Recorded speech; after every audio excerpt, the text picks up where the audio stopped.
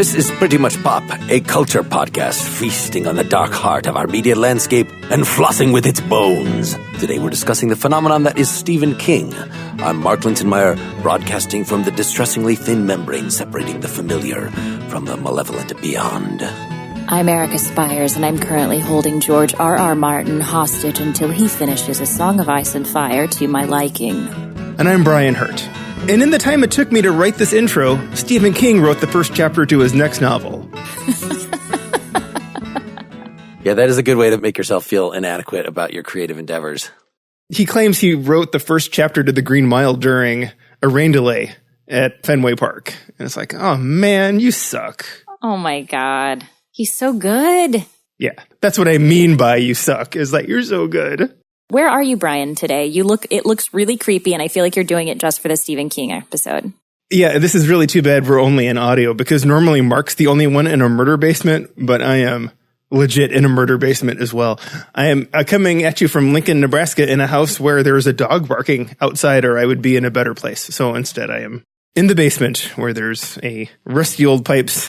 What's really nice is there's a bricked up window behind me. Because, you know, nothing bad ever happened in a basement that had windows, but now they're bricked up. Brian is in a better place. But then we get a vision of where he is in the beyond, and it's so horrible we are driven insane. And it's a giant spider. I'm sitting here in a nice, soft couch with my new cat sitting next to me, and it's really nice and warm and awesome, and you guys are both in creepy basements. So now that we're in the teens of our podcast, people are getting to know us a little bit. Introduce your cat to everybody. His name's Bastion. Kitty! Isn't he pretty? Erica, that is not a cat. What in the hell? So originally, I was thinking about doing the intro, doing something about Pet Sematary, because we lost our last cat in May. And was it a very, very old cat? Yeah, he was old. So if you put it in the Pet Cemetery, it would just be waddling around, unable to do much damage anyway. That's true.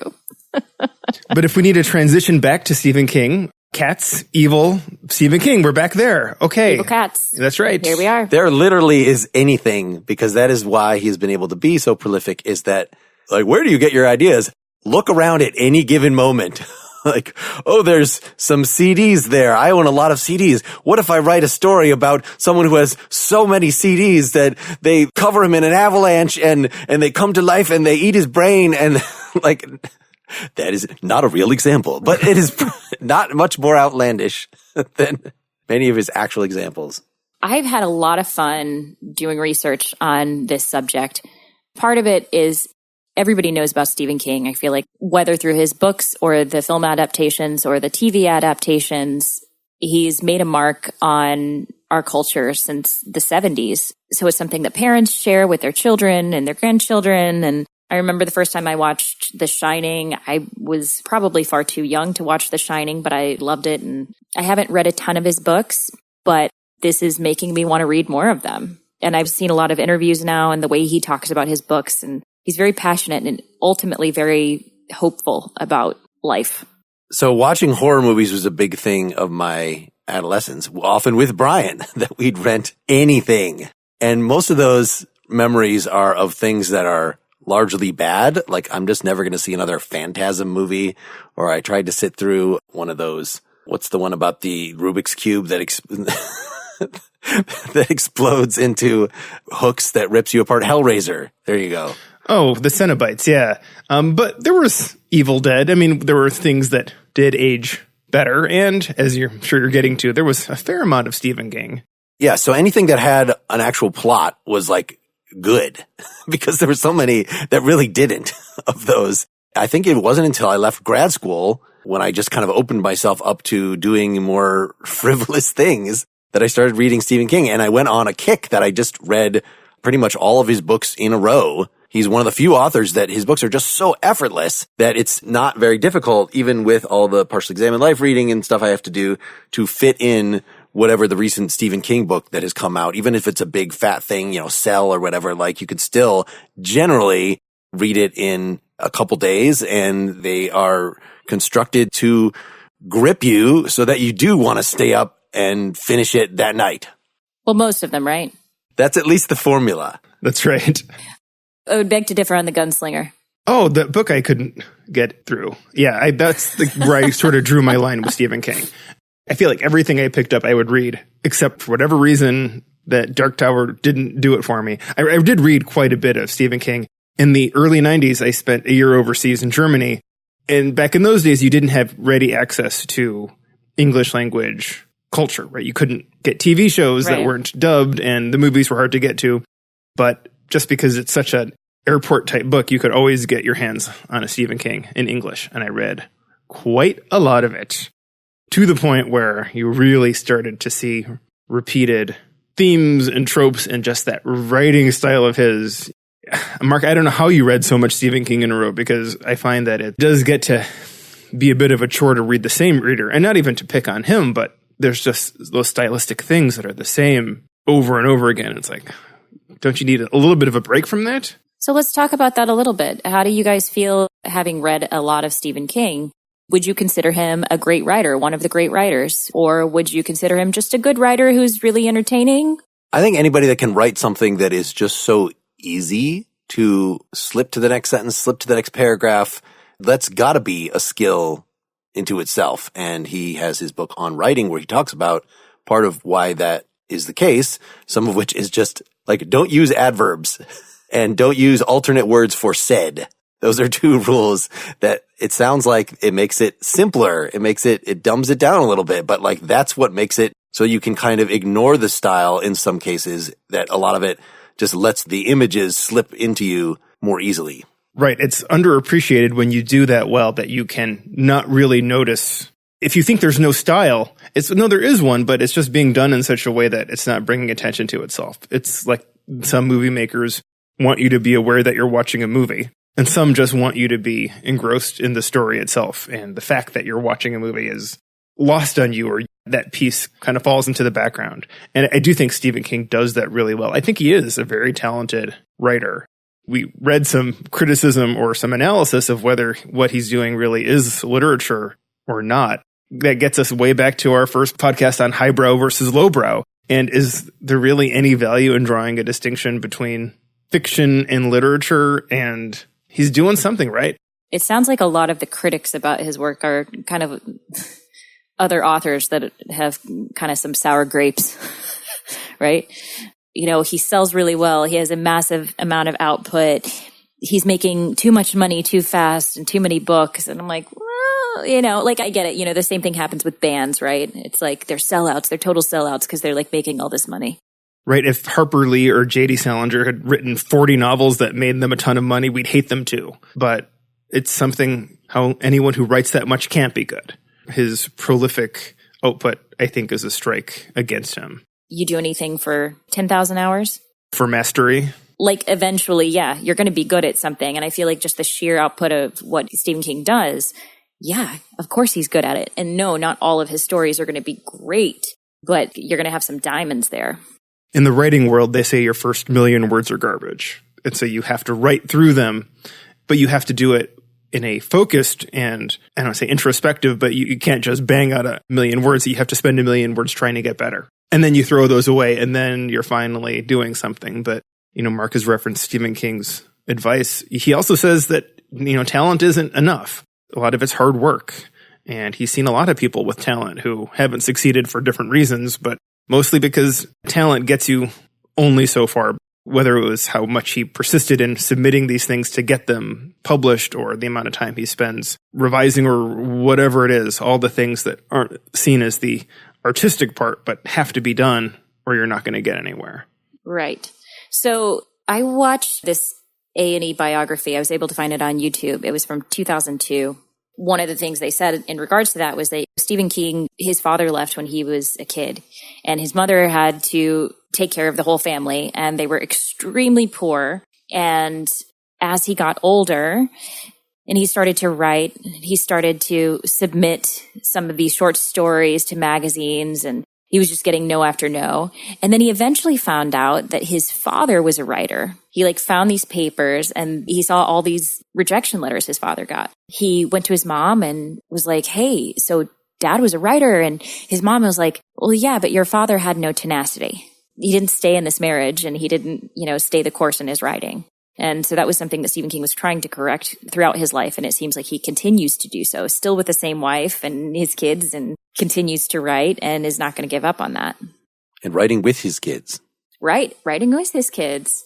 And writing through a debilitating injury, right? He was hit by a car and it's painful for him to write. In fact, he's even taken polls among his readers on what he should write next, knowing that he does not have the physical ability to do it as much as he even wants to. When we think about how many more things, I think because he was injured in this, he was hit by a car when he was walking, to be, whether it's sitting and writing or whatever it is, it's just painful for him over long periods of time to be doing that. I could be getting that wrong a little bit, but I remember this whole Dr. Sleep. At one point, he had put out a poll to his readers if he should do a sequel to The Shining or if he should do something else, and this is what they had decided on. There's a bit on Family Guy where they hit someone out walking and they think it's Stephen King and they say, oh no, it's Dean Koontz, and then they like back up over him and run him over a few more times. Oh. Had to mention Dean Koontz at one point during the Stephen King, so I figured that was the time. So there's also the question, even if you think he's a good writer in his own way, which clearly he's not a good writer in the same way that James Joyce is, but I don't really ever feel like reading James Joyce at any point. Yeah, who do you know who has finished James Joyce? Well, there are plenty of books that are not the most difficult. Ulysses. Yes, exactly. That are not Ulysses. We read Portrait of an Artist in high school, so I know I got through that. Yep. You guys had a better education than I did in high school then. But you still might think that he, like a band, did his best work early on when he was still had things from his childhood to be inspired about. And I know we sent you the online version of The Body, which was the basis for Stand By Me, and I reread that in preparation for this. And that is excellent in every way that he can be excellent. You know, it's not a straightforward horror story, but there are certainly elements of that in there. It's a coming of age story. It's writing about childhood. It's writing about existential dread. You know, in fact, being a kid and realizing mortality. And it has things about being a writer. You know, of course, writers too often write about the experience of being a writer because you have to write about things that you know. But like the amount of stuff written about being a writer is much larger than the interest, I think, among the general populace in hearing about that particular experience. But it's done in such a way, you know, they're kind of nested stories within the story that he can then cast in different ways. You know, he can kind of give you a story that's more literary, but say, this is something I wrote early on and it's crap. You know, this is the narrator of the story saying this. So it's just so clever in so many ways. And you can tell he's really channeling something authentic. And you might think, you know, as I said at the beginning, you know, as he gets more and more further into his career, he's writing about less central experiences. He is recycling more and more. I think that's a sort of bit of a conventional wisdom that, yes, Pet Sematary and The Shining, these other older books, even though he wasn't as accomplished a stylist perhaps at that time, most of those are better than Under the Dome or whatever. I'm going to answer that with a couple things and what that reminds me of. Okay, so there's an article from Vox that was published in October of 2018, which says, from being nerdy to being overweight to enduring acne, having kids also makes them uniquely outfitted to be conduits for readers' social anxieties and fears because deep down we're all reliving the social terrors of school every day of our lives. So I think earlier on in your life, when, like, say you're starting out and being a writer, you can draw on all those things that you're still feeling, you know, and you're still feeling like, what's my place in this world and where is all this anxiety coming from? And you're still very much feeling that. I would assume, yes, there's still some of that left over now that he's older, but to me, it'd be more of the fear of death as you get older. Maybe that's something that he'll begin to write more of and be inspired in a new way. Because he does talk about, as you get older, you're not as scared. And in writing Dr. Sleep, you know, he was worried about revisiting The Shining, and he's been worried about revisiting earlier works and expanding upon them because he's like, people read those when they're younger, and then, you know, of course they're scared. But as you get older, you're just not as scared of certain things. But yeah, you are. It's just those things change. You have new anxieties, right? And the anxieties around being a parent, as you say, or as you said about getting older or death or whatever, right? I agree that some of his primal ones he probably got at early, but, you know, you can get at them at different ways. You try again, or you do it slightly differently, or you realize, yeah, that was a very direct way of getting at something. I mean, those early ones, like looking at Carrie as this like crazy puberty story. It's hard to imagine a really old person writing that. He has other things that he's getting at with his later stuff. And I admit what I've read is really his much earlier work. I think I've read a few of his later things, and they also tend to be less horror. I think things I've read most recently, one was straight fantasy, that Eyes of the Dragon that he wrote, and one was pretty much straight science fiction, the JFK novel, 11/22/63, I think it was. And partly of growing as a writer is going into these other types of genres that obviously now we think of him doing a lot of things, but early on it really was just horror and then these oddball things that he published under the name Richard Bachman because they didn't fit his brand. It was so important for him early on to be Stephen King, the horror writer, that anything that wasn't horror, he couldn't even publish as Stephen King. And part of that, I think it was also the publishing company saying like, no, we already have this novel. If you want to write something else, you can write it, but you need a different name. That's still done. There are still authors who publish under different names in different genres. I'm not sure if that's really the story. So I saw Rita Hayworth in The Shawshank Redemption is 1982. So this is still pretty early when he is breaking away from writing pure horror. And most of the Richard Bachman are his novels that were really early and that he just thought were kind of shitty. He wanted to make some extra money off them. He wanted them to be out there, but he didn't necessarily want to associate them with his brand in that way. It's not because they weren't horror. I mean, The Running Man is definitely within the kind of horror that, within the scope of other things that he's done. Really, I thought all his Bachman stuff, like Apt Pupil and The Long Walk and, what was it, Rage? What was the one about the shooter? Yeah, Rage. They weren't quite, horror the way that Firestarters and Salem's Lot Vampires. They were a little different, and I do think you're right, they brought the brand down. I think they would have muddied what Stephen King was at the time.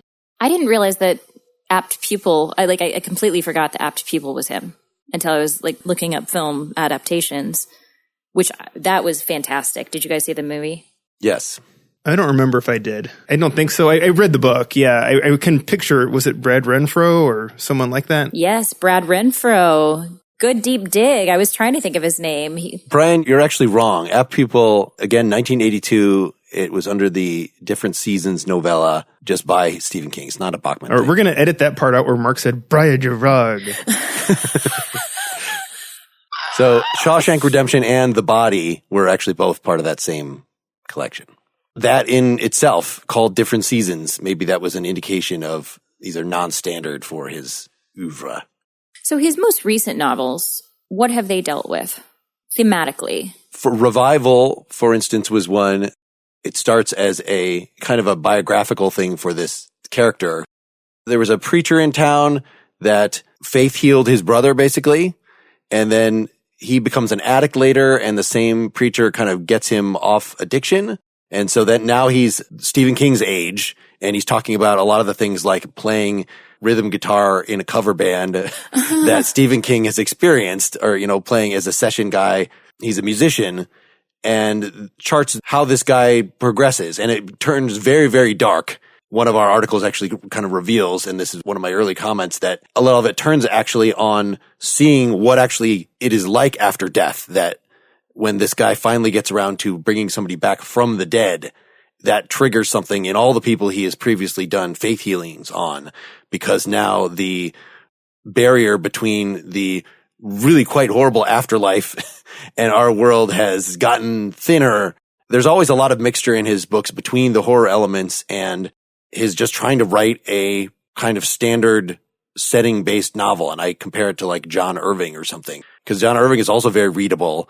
And like the cider house rules, he would just go way into figuring out like how a cider house works. And so Stephen King, like many authors, does a lighter version of that. I think I read somewhere where he'll so he's written something about flying a plane, and he'll show it to somebody who actually flies planes to see, did I say it wrong or should I be more vague? Like he wants to be right enough to get the point across, but maybe, depending on what the thing is, maybe not as interested in exploring the intrinsic character of the setting. But I guess that's maybe one of the things that people argue about on, whether he's a good writer or not. He does get enough into what it's like to live with a single mom in this kind of rural area or whatever the thing is, but he doesn't take those trips into foreign lands quite as thoroughly as someone like Irving. Stephen King is so close to his point of view characters in a way that I don't think John Irving always is. John Irving likes to go walking around to see the world a little bit, whereas King's characters are so introspective, or even if they're not introspective, we know what they're feeling and what they're going through in a very intimate way. I think that's partly what keeps us moving along with him, is he does such a good job of painting that picture of the main character, even if in a short story where that's hard to do, that we want to give that emotional investment and go along for the ride, to the point where, when we were talking earlier on about some of his tropes, even that internal narrator voice, which can be a little irritating sometimes in italics, the character talking to himself like, "Whoa, Bubba, you're losing it." It's like, okay, that's something you seem to do a lot, but I see the purpose of it, and I see the value of that for his storytelling. Yes, one of the themes that he enjoys is really finding how to empathize. He wants the audience to empathize with his characters, right? I was watching this interview with him talking about The Shining and how he didn't like Kubrick's version of it because it was too cold. And he wasn't a huge fan of Jack Nicholson's portrayal because he felt disconnected from that character, and that Shelley Duvall's character he said it's one of the most misogynistic characters on screen. She's just completely powerless.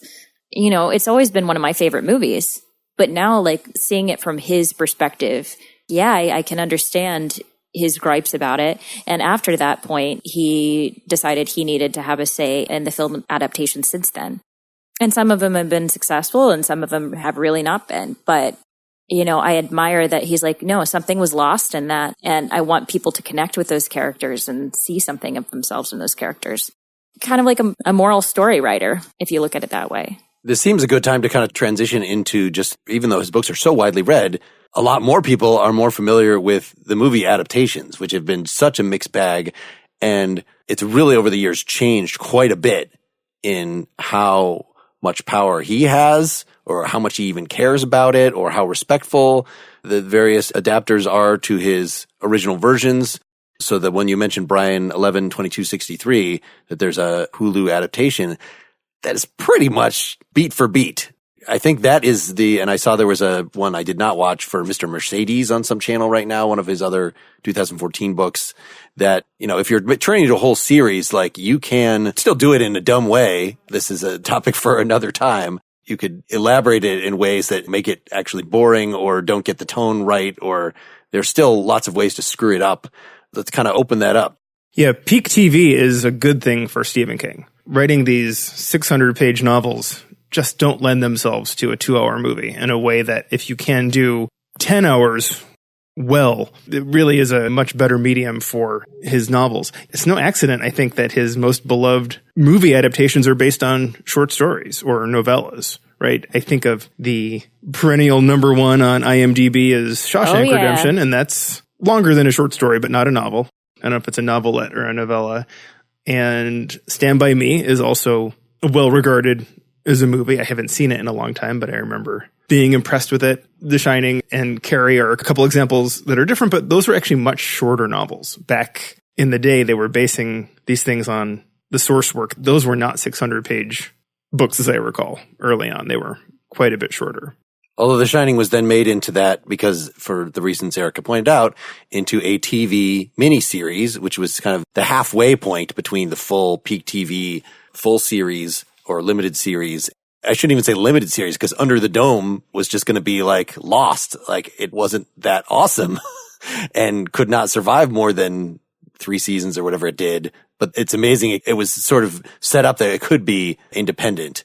Well, neither could Lost survive 3 seasons, and yet it did anyway. So, oh wait, that's a different podcast. And The Shining in particular, I mean, so yes, he got to have it tell the story in the slow way that he wanted to, at the expense, because of having Steven Weber as the main character from Wings, who is a better actor than you'd think in that role, but still is no Nicholson. And other things about, that they would just have to compromise on the budget. Did either of you see The Shining remake or the TV series? No, but now I did at the time. I'm kind of interested to now, because if it's closer to what he wanted, I can't help but wonder what it's like. It is funny that the old dynamic is still in play with The Dark Tower. Whoever said his longest series, let's make it into a movie that's an hour and a half. That's a fast-paced action movie that has a few characters that sort of resemble things from the books. It was so bad. I was so disappointed. I love Idris Elba, and man, that was a disappointment. HBO is going to start airing The Outsider. Mm-hmm. Is that a book that you guys are familiar with? I did read that recently, yes. That came out in 2018. And that's actually he's continuing, so one of the characters is from that sort of detective agency that's set up in Mr. Mercedes and Finders Keepers. Great. And End of Watch. So it looks really good. It's coming out in January. It looks like Jason Bateman is starring in it. Oh. And Ben Mendelsohn, who's absolutely fantastic, and the world finally is noticing how fantastic he is, and Cynthia Erivo. So it sounds like definitely it's going to be one to watch based on what I've seen. And then we have Castle Rock, which of course he didn't write, but is based on what he has written and the world building that he's created. Have either of you delved into that anymore or no? I thought that was required watching for this podcast. I watched the first season, yeah. There's only one season so far. Are they making another one? No, the second season, I believe, has been released. What? Let me make sure. I was on the Hulus, and I thought I just saw season 1. Actually, no, we are at October 20th. It looks like it'll be released October 23rd. That explains why the person who's on the cover of Castle Rock is not in any of the Castle Rock episodes I saw. All right. No, there are seasons unto themselves, it looks like. They're all in the same world, but I think this season's supposed to expand outside. I think it's going to go more into like the Salem's Lot town. Is it called Salem's Lot, or is it actually? Yes. Yeah, it is in the book. Yeah. So what did you think of Castle Rock? I enjoyed it. I mean, it was fun. It was kind of TV that I half paid attention to and was half doing something else while I was watching it. Thought it was really well acted. I would agree with some of the critics when they're like, but really, where was it going? And did all the stories actually make sense together? No, I felt like it did loosely. I think they could have cut a few of those ideas, like the couple that comes in and creates the murder house. Yeah, I agree that some of the things rambled a little bit or didn't stay focused. Yeah. On the whole, I thought it was actually smarter than a Stephen King story. I think some of what they did was not something he would have done in a way that I really appreciated. Are we spoiling this? Are we going for it? Sure. I think it was episode 8 or 9 where we got the alternate universe where it turns out the other boy was Henry Devers and the son of the... That was so flippin' smart. I was just smiling the whole time. And that was after an episode where they kind of showed us what it was like to be partly having dementia and partly being Billy Pilgrim, who's unstuck in time, from Kurt Vonnegut. And it was so beautifully written and acted and using these chess pieces that kept bringing her back to modern times. I was thinking, this is really better TV than I deserve. Like early on, I thought it was a little slow, but as we got towards the end there, and now like watching that program, like just walking around the house and just like seeing a knife on the counter, I'd get nervous. There's just like a thing about having a chaos agent who is not Pennywise the clown. He doesn't attack you, but just being present, like just things start to go poorly. It made me really happy, that season of Castle Rock. I thought the Sissy Spacek episode, the dementia episode, was a very fine hour of television. Sure. Storytelling in general. I've seen a couple of plays that deal with dementia and Alzheimer's, and they're always terrifying because it's showing it from that person's perspective. And man, to even entertain the idea that they are actually seeing what's true and everybody else is the crazy person is absolutely terrifying. So maybe that would be more fun for him to delve into as he gets older, is talking about memory and time and the confusion and pain of getting older in that way.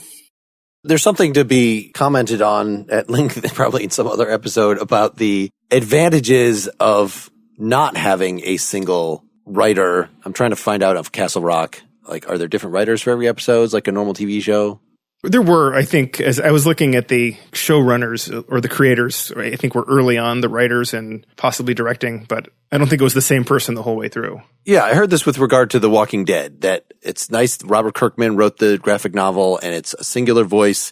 Yes, the illustrator is getting some of the imagery worked out and what the characters look like. And, that's of course important. But in terms of what actually happens in the plot, it's just one guy thinking about it. And you might think there's a purity about that, but that's a good example of one where it might actually help to have multiple people. And, Kirkman has said this, and he's had a role on the TV show of, it's kind of better if you have more heads, especially if you have an ensemble cast and things from multiple points of view that you could really, like in the show Lost, where you have different people who are the center. This is very typical of a lot of King's novels, and you might wonder if King is doing the best. He's channeling a divorced woman, whatever these different characters' points of views are, somebody who's been the victim of domestic violence as best he can. And again, I don't know what kind of research he does. It's certainly not John Irving level, like I'm going to go live among these people for 6 months. So having multiple people involved to kind of at least make the characters and their reactions more authentic seems a really good idea. And also just to think, like, do these plot twists make sense?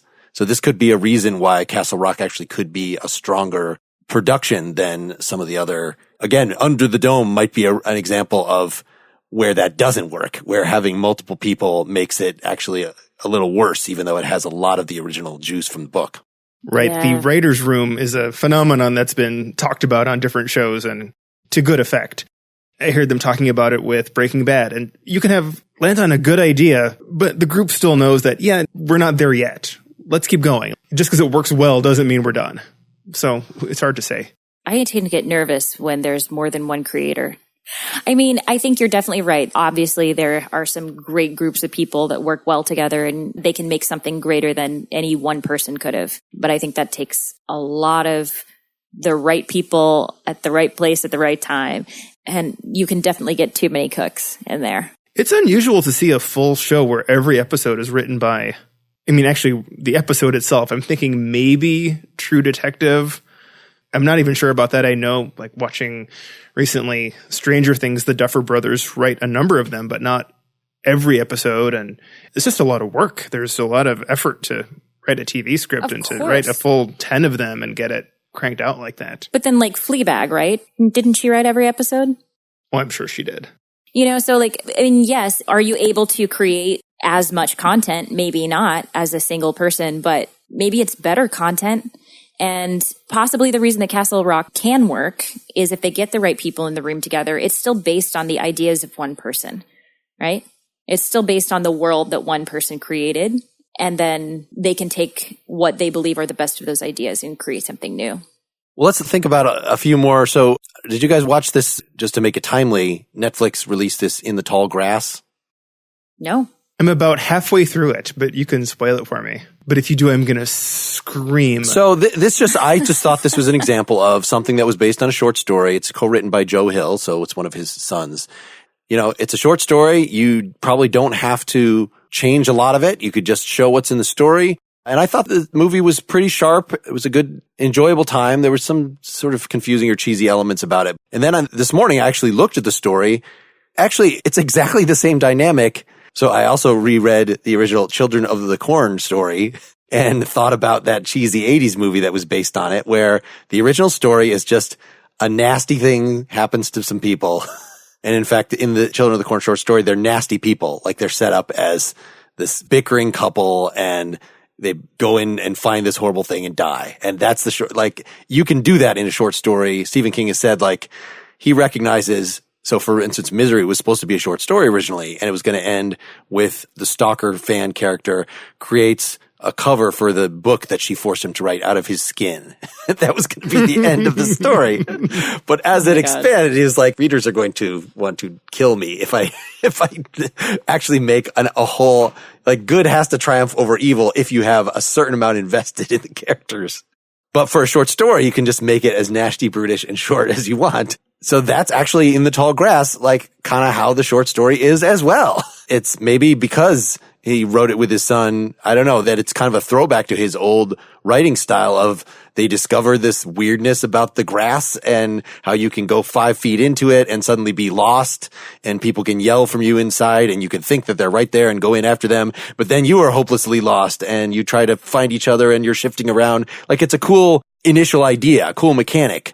But then in this movie version, they felt the need to add a whole second act so that things could work out okay. And there's a time travel element and all this stuff that's not in the original story.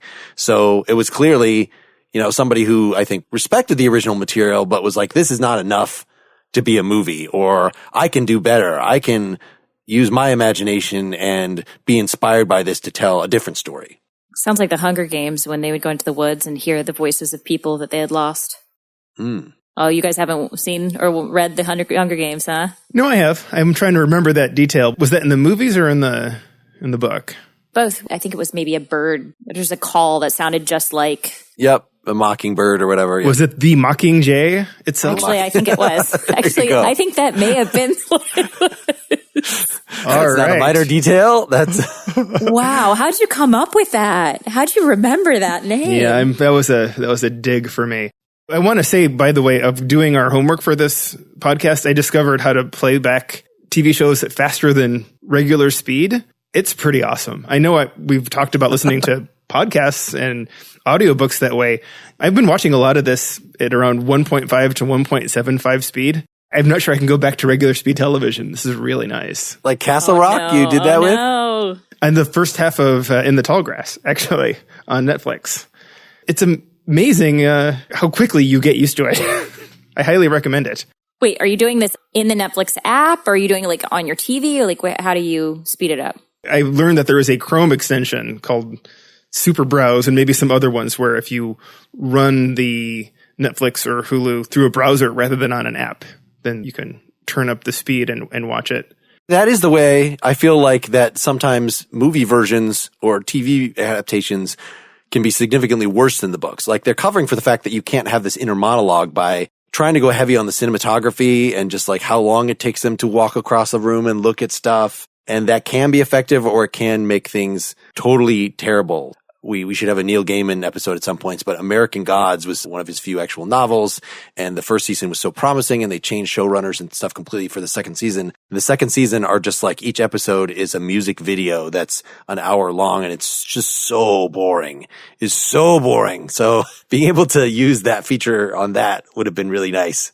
I found that the tone of In the Tall Grass, though, I enjoyed it. I would not have wanted to sacrifice the appeal of just how frustrated they were running through the grass.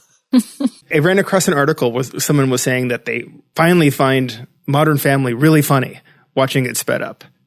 It's like the jokes like really hit so hard and the pace is so good. And now that I can see, I would say in suspense, aren't you losing something by losing that time? It's all about timing. I don't know. Probably, yeah. I mean, the same is actually true of listening to audiobooks, and you lose nuance and you speed it up. There's just no way that a difference in pauses, you just can't notice the difference when they're sped up. But I sacrifice it in order to consume more. And I had some other things I was trying to consume as well. And you had a good meal, huh? Peak TV has driven me to this, yeah. You know, since we're on audiobooks, I should mention, so Stephen King has narrated some of his stuff himself recently. So I ended up listening to Elevation is one of his recent short novels, and he narrates it himself. It's an example of just a silly premise that like he does some interesting things with, and it does have some heart to it, but it's just, what if when you lose weight, you're losing weight, but you're actually not losing mass? You step on the scale and it measures less every day, even though you don't look any thinner. And you can even put marbles in your pockets and you'll still weigh less and less. Like it won't affect your scale. So you're somehow being detached from gravity. That is the premise. I think your CD premise from earlier made more sense than this one, but all right. As an audio narrator, though, it's very much the same. It's like that he's kind of flat about it, and he really doesn't try to do the voices. Like it's his own characters, but there's something in some way superior to just saying the words and not trying to, I hit a new character and now I've got to do a voice, That's I've heard real surprising, actors. Mark, because more close voices. Early on, he narrated a short story where he was doing like a French waiter who lost his mind and was stabbing customers, and he was doing this most ridiculous accent. I'm like, why are you doing this, man? Did you just do this for the sake of getting to narrate? He probably wrote it with the accent. Yeah, maybe. Ugh. Maybe that's just a lesson he learned. That's sort of an episode topic unto itself. Right, because Neil Gaiman has also done a lot of his own narration, and he is so good at it, right? He's so connected to his work, and hearing him essentially give a reading of his own pieces is really spectacular, I think. I'm in. I think if they want to do it and they know exactly how they want it to be read, that's awesome. We don't need voices. I think I tried listening to something by the guy that did Satanic Verses, Salman Rushdie, and I just could not get through like even 5 minutes of it, that he just had such a bad voice that it just made me glaze over immediately. So Yeah. It's good when they read their intros and then let the pros take over if they can't manage it. sure. That's a good compromise. I like hearing the voice of the author to just get a little grounded in the story sometimes.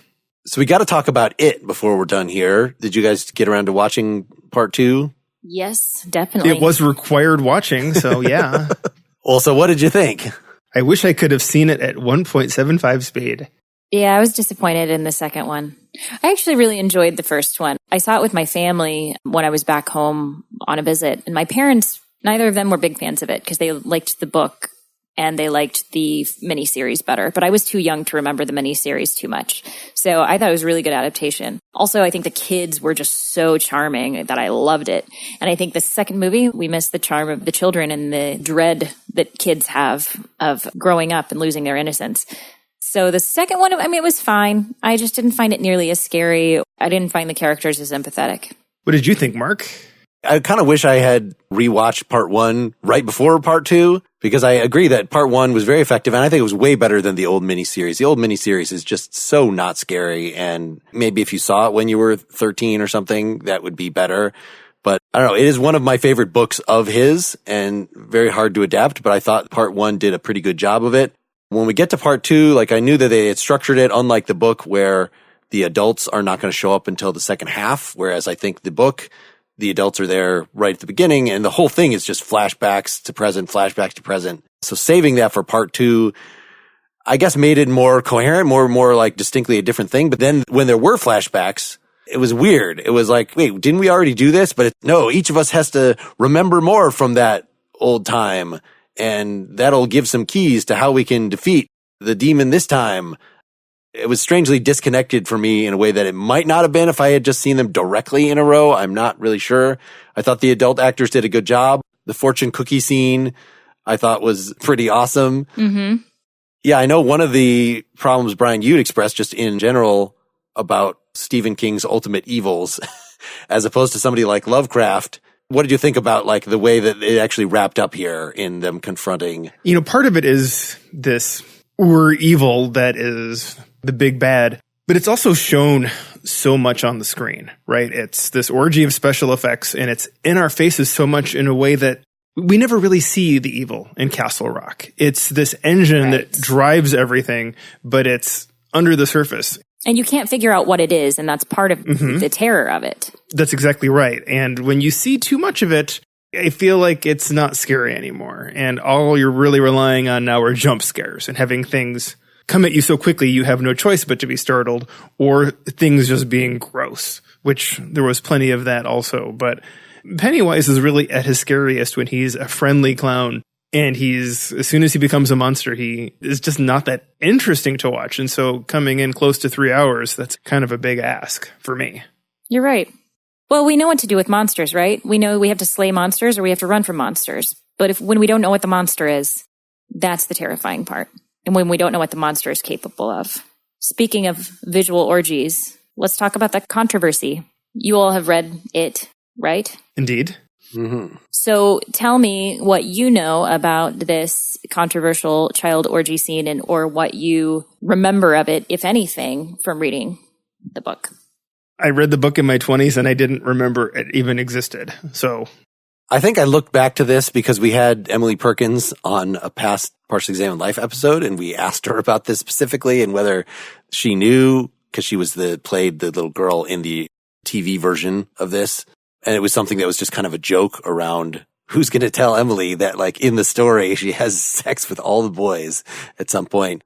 Yeah, so it is just something that is not graphically depicted, even in the book. I think it falls into the category you're saying, that what makes the evil most effective is that it's not described. This is what I was referring to as Lovecraftian, when it's something that is wholly other, wholly beyond what we could even understand without going crazy. And so glossing over things, this seems antithetical to Stephen King's world building. The fact that he wrote The Dark Tower to sort of bring together all his different books, and they're all in a part of a multiverse. But still, even with that, even given this tendency, he still tries to leave the scary parts, at least. He thinks, it's explicitly said that he thinks it's more effective if you make it more Lovecraftian, if you make it more indescribable. And so I think that is likewise this ritual of chud, or what the kids do in terms of sort of merging themselves together, forming this bond, having this orgy, is left largely unstated. Is also, you're fighting mystery with mystery, sort of. What Stephen King says about it here, we have this article from New Musical Express. He said it connects childhood and adulthood. It's another version of the glass tunnel that connects the children's library and the adult library. Times have changed since I wrote that scene, and there is now more sensitivity to those issues. It's fascinating to me that there has been so much comment about that single sex scene and so little about multiple child murders. That must mean something, but I'm not sure what. I like that quote a lot. I remember years ago, there was a controversy about these trading cards because it was all these different action heroes and how one had a cigar in his mouth and one had a cigarette in his mouth. And what are we teaching kids? These guys are also all holding like weapons, like flamethrowers and machine guns. And it's like, I think that's probably a bigger concern, but that must mean something, but I'm not sure what. Well, we can't concern ourselves with bigger concerns. Bigger concerns are too difficult. We'll talk about the sex and the cigarettes. Yeah. Doesn't feel like it was written as an orgy as such, right? And it definitely, I do remember rereading that scene when the first movie came out. And it's clear what's happening, but it's also pretty tame as it's written. And it not written to pique salacious interest, I don't think, for whatever that's worth. Right. Good. Well, I mean, I don't have more of an explanation than what we talked about. I don't have a hot take about it, but I think it's something that we should mention because there's not a ton of big controversies like that. It seems like in his work, there's this, and then there's the fact that he pulled Rage from publication because several teenagers cited it as their inspiration for mass shootings or classroom shootings. So he does seem like a writer who does care a lot about public good and what he can do to help that. His works, as he talks about them, are definitely not trying to inspire this type of hysteria in people, but rather to maybe teach us something about our own selves and how terror can influence our lives, and whether that be in a hysterical way or to make us grow up and realize how to conquer something.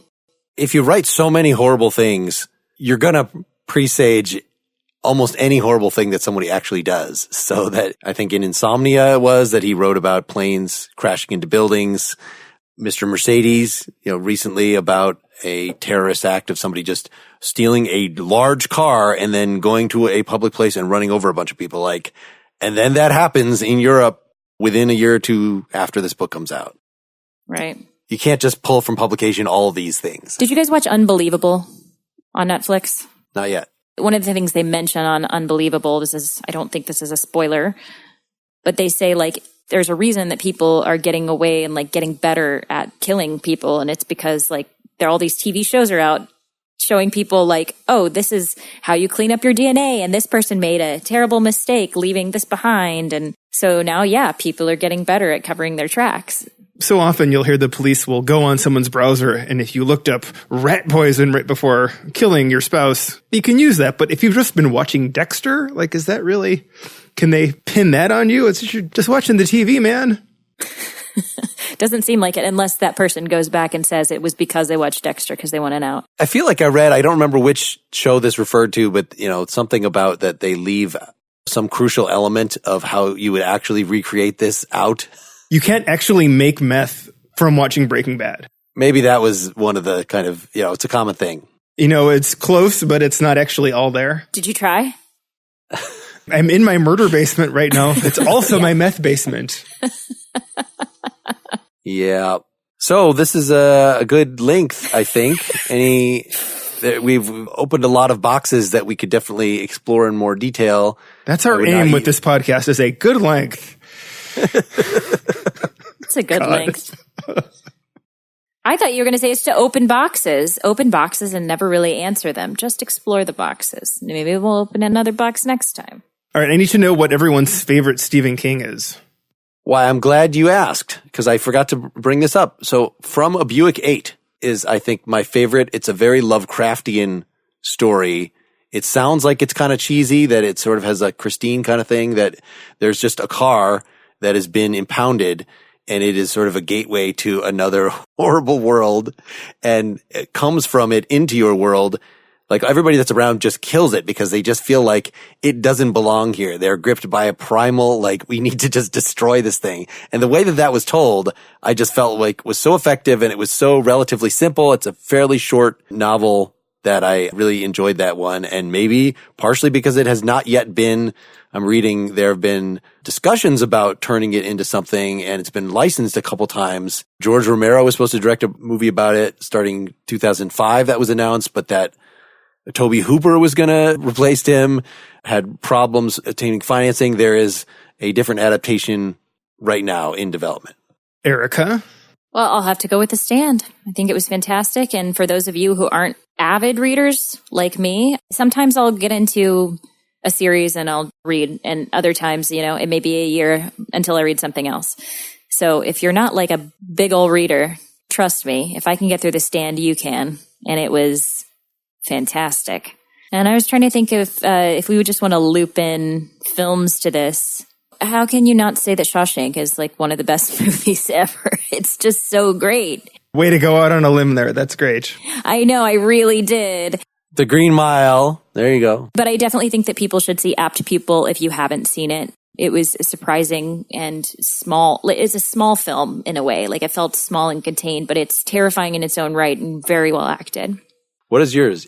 For me, I'm going to I sometimes have trouble separating a story from the narrator when I've listened to them a lot. And this is because I was doing a fair bit of driving and Stephen King is so easy to listen to. And this probably was CDs at the time. But Anne Heche narrated the novel The Girl Who Loved Tom Gordon about a girl getting lost in the woods. And it was just such a good experience. I think I listened to the whole thing while driving at night.